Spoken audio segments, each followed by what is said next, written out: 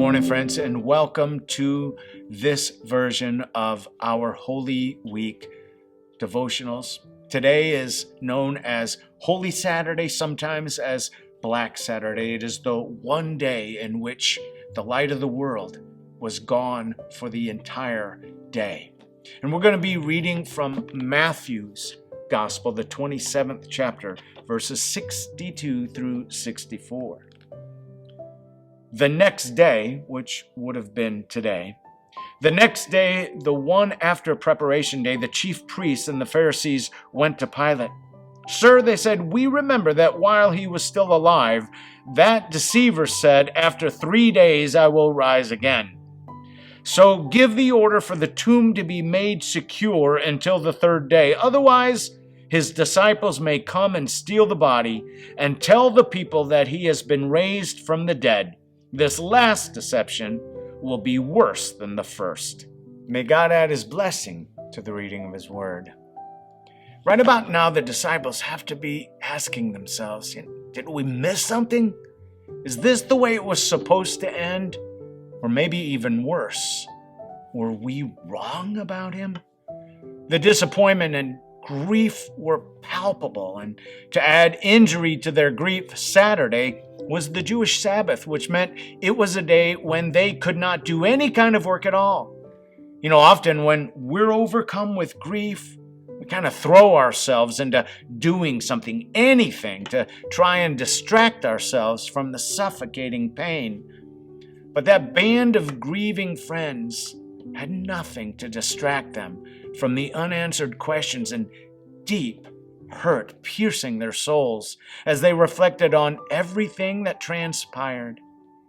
Friends, if we're not careful, disappointment can lead to isolation, which is the perfect breeding ground for Satan's lies.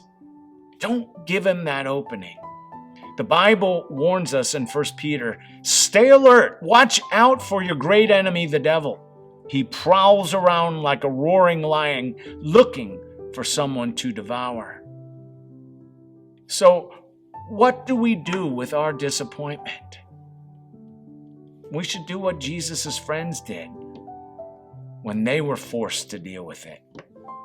We rest.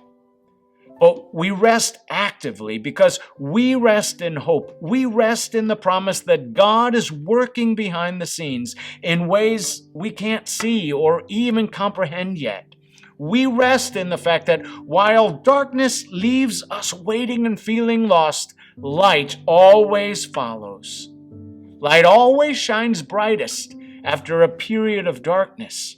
Jesus' loved ones did not know as they waited in the darkness of that day that the resurrection was coming, but the spectacular glory of it was almost there. So friends, on this dark day, let us ask ourselves, when was the last time we just rested with our disappointment? How do we handle dark times in our lives? Are we willing to just rest in the hope and rest in the confidence that God is God?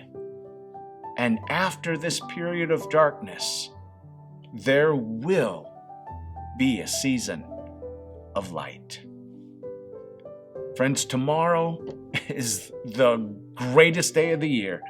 And I would love to invite you to come and join us as we celebrate the light that happened after the darkness, the light that the darkness has never been able to overcome.